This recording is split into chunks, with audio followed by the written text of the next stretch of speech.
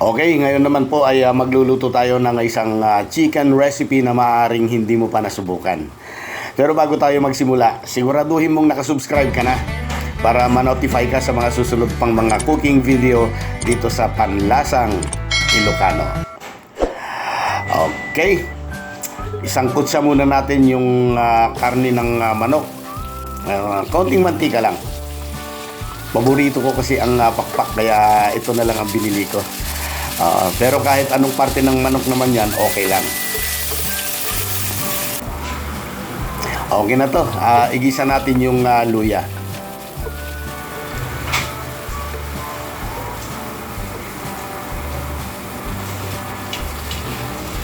Ayan, pag okay na yan, pwede na natin isunod yung bawang. Sunod-sunod na yan. At ang kasunod naman yan mamaya ay yung sibuyas. Ewan ko bakit parang mas nasasarapan talaga ako sa wing part ng manok kaysa yung purong laman ng manok. Parang walang lasa. Nadadaan na lang sa sarsa siguro. Pero sa akin, hindi ko talaga malasahan na masarap. Ayan, okay, nasa sa inyo na kanya-kanya naman tayong panlasa di ba? Ayan. Ay, so to, isunod natin yung kamatis. Hindi ko nilagay lahat yung kamatis, yung iba ilalagay ko na lang mamaya. Timpla natin ng patis. Maglalagay din tayo ng paminta at saka isang chicken cube.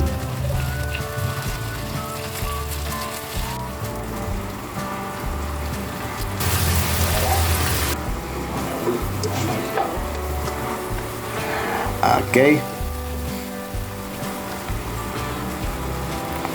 Sasangkot siya pa lang at saka yung paggigisa natin dyan ngayon parang malapit na maluto yung manok. Okay, maglagay din tayo ng isang sachet na oyster sauce. Medyo makakatulong pangpaganda ng kulay.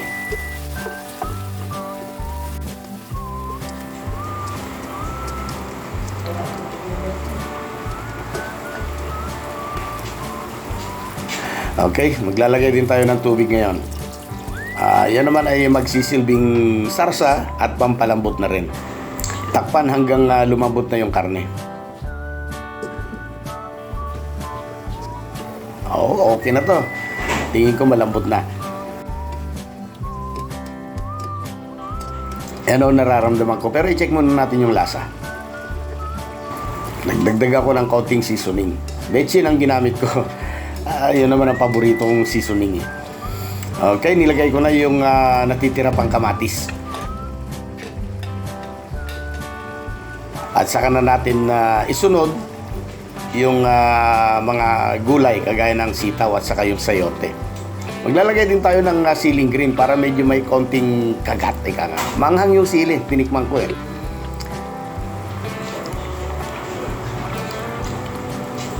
Yan.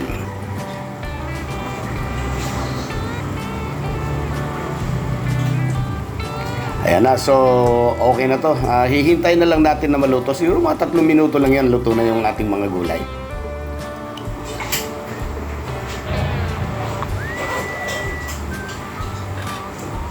Ayun Yan, okay na to. Haluin lang ng kaunti, then pwede nang iserve. Ang sarap nito at hindi nakakasawa, kaya siguradong mapapaluto ka ulit. Okay, maraming salamat po muli sa panunod at sa mga bago dyan na naligaw sa aking channel, huwag nyo naman po sanang kalimutan mag-subscribe. Napakasarap ito sa mainit na kanin. Kinamatisang manok with sitaw at sayote. Maraming salamat po!